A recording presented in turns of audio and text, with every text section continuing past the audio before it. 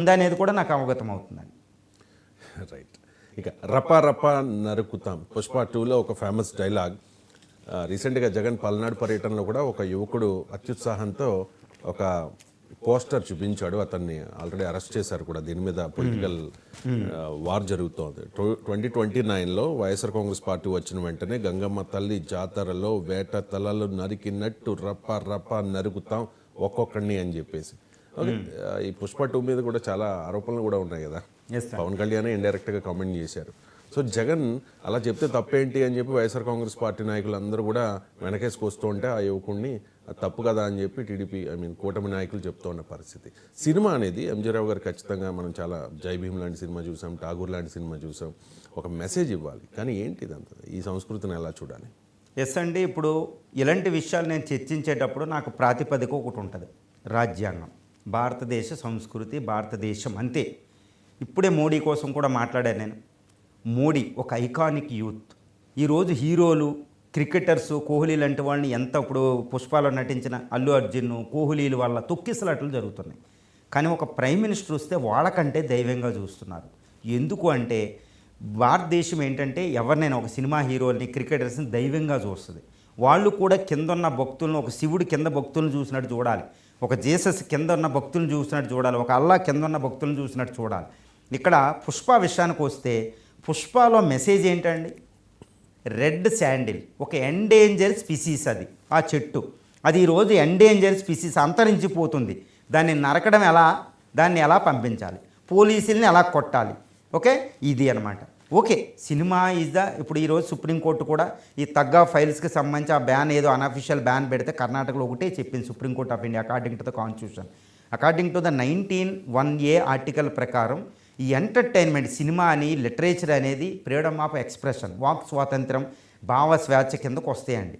భావ ప్రకటన స్వేచ్ఛ, వాక్ స్వాతంత్రం, freedom of speech and expression కింద వస్తాయి. కాబట్టి ఆ సినిమాకి సెక్యూరిటీ పెట్టింది ఈరోజు కమలాసన్కి. అది ఇండియన్ కాన్స్టిట్యూషన్. ఇక్కడ సినిమాలే, అది ఎంటర్టైన్మెంటే, వినోదమే, నేను కాదన్నాం. కానీ ఆ వినోదం కూడా ఈరోజు భారతదేశాన్ని నీడ్స్కి సరిపోతున్నాయా లేదనేది మనం చూడాలి. ఎందుకంటే మిమ్మల్ని దైవంగా చూస్తున్నారు. మేము క్రికెటర్స్ని, సినిమా హీరోలను దైవంగా చూస్తున్నారు. మీరు సినిమాలు సెలెక్ట్ చేసుకునేటప్పుడు మీ మెసేజ్ ఎలా ఉందో చూడాలి. ఇప్పుడు మీరు అన్నట్టు ఠాగూర్ సినిమాలో ఆ సీన్ ఉంది, హాస్పిటల్ సీన్. ఈరోజు కార్పొరేట్ హాస్పిటల్స్ భయపడుతున్నాయి. ఈ రీసెంట్గా చిరంజీవి గారిని ఒక పెద్ద హాస్పిటల్ అధినేత కలిసి మీరు ఆ సినిమా తీసేయడం వల్ల మేము డాక్టర్ల మీద మా నమ్మకం పోయింది. అవును, డాక్టర్ల ప్రజాసేవ బ్యూటిఫుల్ ఫిల్మ్ అండి. ఇప్పటికి కూడా నేను కూడా చాలామంది ఆ సీన్ రాగానే చిరంజీవి చూస్తూ ఉంటారు. అది మెగాస్టార్ ఇచ్చిన ఒక మెసేజ్.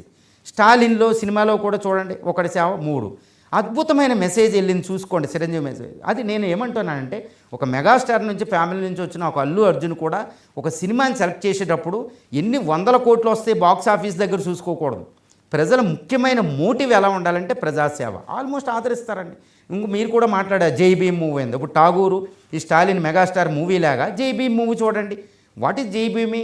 1993లో ఒక ఇన్సిడెంట్ జరిగింది కడలూరు డిస్టిక్లో ఒక గ్రామంలో.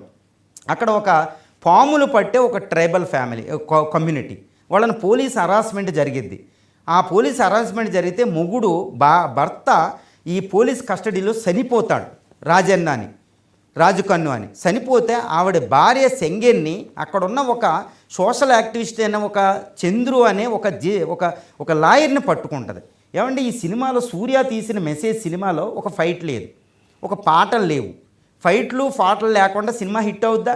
కానీ బాహుబలి అనే సినిమాతో ఒక సమానంగా వచ్చిన మూవీ, దాన్ని ఎంత ఆదరించారంటే అది కూడా ఆస్కార్కి వెళ్ళింది. అలాంటి మూవీలు పక్కన పెట్టి అవార్డులు ఇవ్వడం కూడా తప్పని నేనైతే చెప్తాను. నన్ను అడిగితే రాజ్యాంగం కోసం ఏం చేశారని అడుగుతాను, మోటివ్ అలాగే ఉంటుంది. ఎవరైనా అదే చెప్తారు. ఈరోజు ఈ జై భీమ్ మూవీ ఏమిచ్చిందో మెసేజ్ తెలుసా అండి? జై భీమ్ మూవీ ఏమిచ్చిందంటే ఒక ట్రైబల్ కమ్యూనిటీ, నేను ట్రైబల్ అని చెప్తున్నా, ఈరోజు ట్రైబల్ కమ్యూనిటీస్ అక్కడ నక్సలిజాన్ని నమ్ముకుని నక్సలిజం వస్తుంది. కానీ కడలూరు డిస్టిక్లో అక్కడ సింగేని అనే ఒక ప్రెగ్నెంట్ స్త్రీ నిజంగా స్వయంగా తన భర్తే చనిపోతే ఎక్కడున్నాడో తెలియకపోతే ఒక జడ్జి, ఒక లాయర్ని పట్టుకుని డబ్బులు లేక ఒక తాళిస్తూ పిల్లల్ని సంకలో పెట్టుకుంటూ రాజ్యాంగ వ్యవస్థని రక్షించే జ్యుడిషియరీని నమ్ముకుని దాని ద్వారా న్యాయం చేసుకుంది. అందుకే ఆ మూవీ కూడా పేరు కూడా జై భీమ్, అంబేద్కర్ పేరు పెట్టలే, అంబేద్కర్ రాజ్యాంగం రాసింది. ఇది అనమాట. ఆ మెసేజ్ ఏమిచ్చిందంటే రాజ్యాంగం యందు ట్రస్ట్ ఉంచుకోండి, నమ్మకాన్ని ఉంచుకోండి, మిమ్మల్ని అది రక్షిస్తుంది. ధర్మో రక్షితే రక్షిత, ధర్మాన్ని కలిగి ఉంది భారత రాజ్యాంగం. అది జై భీమ్ ఇచ్చిన మూవీ. అందుకని ప్రజలు బాక్స్ ఆఫీస్ దగ్గర ఎంత హిట్ చేశారు, ఒక సంచలన విజయం అనమాట, ఫైట్లు పాటలు లేకుండా. అలాంటి మూవీని ఒక story, Tagore Stalin movie megastar చేసినట్టు, చిరంజీవి గారు చేసినట్టు. కాబట్టి అల్లు అర్జున్ గారు నిజంగా క్షమాపణ చెప్పాలని నన్ను అడిగితే, ఇలాంటి సినిమా సెలెక్ట్ చేసుకున్నందుకు మెగా ఫ్యామిలీ నుంచి వచ్చి నిజంగా క్షమాపణ వేడుకోవాలి. ఇలాంటి సినిమాని బాబు నేను తీయను అని. ఎందుకంటే ఈ ప్రపంచం అంతా ఇస్తుంది మీకు కనలేని కీర్తి వచ్చేసింది మెగాస్టార్ ఫ్యామిలీ నుంచి మీకు. కాబట్టి ఏం చేయాలి, ఇలాంటి సినిమా స్టోరీలు తీయకండి. అద్భుతమైన ఈ స్టాలిన్, ఇలాంటి సినిమాలు, ఈ స్టాలిన్ మూవీ, ఠాగూర్ మూవీ, జై భీమ్ మూవీ లాంటి మీరు చెప్పినట్టు ఇలాంటి మూవీలు చేసుకుంటే అది ఒక అద్భుతమైన మెసేజ్. కాబట్టి రఫా అనే మెసేజ్ని అక్కడ జగన్ గారు ఏంటి, ఎవ్వరూ కూడా దాన్ని వాడొద్దు. రఫా నరుగుతా ఏంటండి, what kind of message that you are trying to give to the youth. నువ్వు ఇప్పుడు ఇక్కడ డ్రగ్స్ ఇష్యూ, ఈ ఇష్యూ పెద్ద ఇష్యూ అయి ఉంది ఆంధ్రప్రదేశ్లో యూత్ని ఈరోజు మంచిగా క్రమశిక్షణ పెట్టాలి. ఈరోజు మోడీ గారు వచ్చి వైజాగ్లో అక్కడ యోగా డే పెడుతున్నారు, లక్షలాది మంది ఉన్నారు. So everybody should participate. Yoga అనేది ఈరోజు ప్రపంచం అంతా యోగా డే జూన్ 21 చేస్తుంటే అది ఇంటర్నేషనల్ యోగా డే కింద అక్కడ ఐక్యరాజ్య సమితి ప్రకటించింది. భారతదేశం October 2ని ఇంటర్నేషనల్ నాన్ వైలెన్స్ డే అని ప్రకటించింది. గుర్తుపెట్టుకోవాలి. ఈరోజు ప్రపంచానికి భారతదేశం ఇచ్చే అద్భుతమైన మెసేజ్. సైనికాలు కాదండి, సైనికంగా ఎవరు ఏం చేయలేరు, అహింసా పద్ధతిలో ఇలాంటి మెసేజ్ పెట్టండి.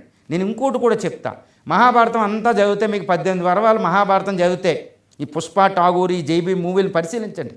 ఓకే, ఫైట్లు ఉంటే, హింస ఉంటే, ఈ శృంగారం ఉంటే మూవీలు కాదు హీరోలు. ఎంటర్టైన్మెంట్ ఇవ్వండి, కానీ మెసేజ్ కూడా ఇవ్వండి. చూడండి, మహాభారతం అంతా 18 పర్వాల మహాభారతం చదివితే కేవలం 3 పర్వాలు పక్కన పెడితే 18 పర్వాలు యుద్ధం,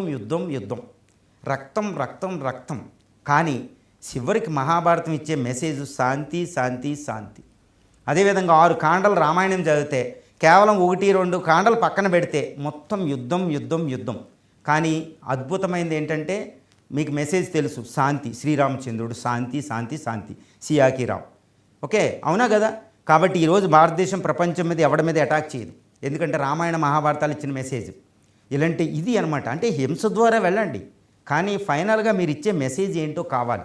పోలీసులు కొట్టడం, ఇవి కొట్టడం, రెడ్ శాండిల్ ఎగమతి చేయడం మీ యాక్షన్లు కాదు. కాబట్టి మీరు అడిగారు కాబట్టి చెప్తున్నా, మీరు ఐకానిక్ స్టార్లు, ఐకాన్లు ఇవి ఏదైనా అవ్వచ్చు, కానీ మీరు తీసుకునే స్టోరీలు వెనకాల ఈ సమాజానికి, ఈ గొప్ప భారతదేశానికి, ఈ గొప్ప భారత ప్రజాస్వామ్య వ్యవస్థకి, అద్భుతమైన సంస్కృతికి, అసలు ప్రపంచంలో it is unparallel in the world అనమాట, ఈ మ్యాచ్లెస్ సంస్కృతికి మనం ఎటువంటి మెసేజ్ ఇస్తున్నాం.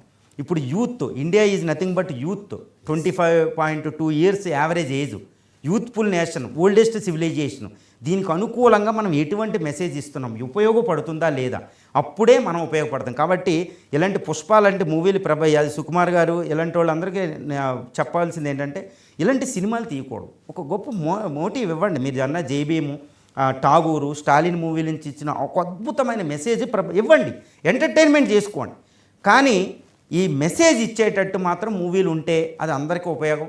అలా ఉండాలని మాత్రం అందరూ కోరుకుంటున్నారని కూడా నేను చెప్పదలుచు. రైట్, సినిమాల ద్వారా మంచి మెసేజ్ ఇవ్వాలని ఫిల్మ్ ఇండస్ట్రీకి మీరు మంచి మెసేజ్ ఇచ్చారు. Thanks so much MG Rao garu. Geo political issues and local national ఇష్యూస్కి సంబంధించి చాలా డీటెయిల్డ్గా విశ్లేషణ అందించినందుకు. ఇది వాళ్ళ రావ్ స్టాక్స్. మరో అంశంతో మళ్ళీ కలుద్దాం. చూస్తూనే ఉండండి 99 TV.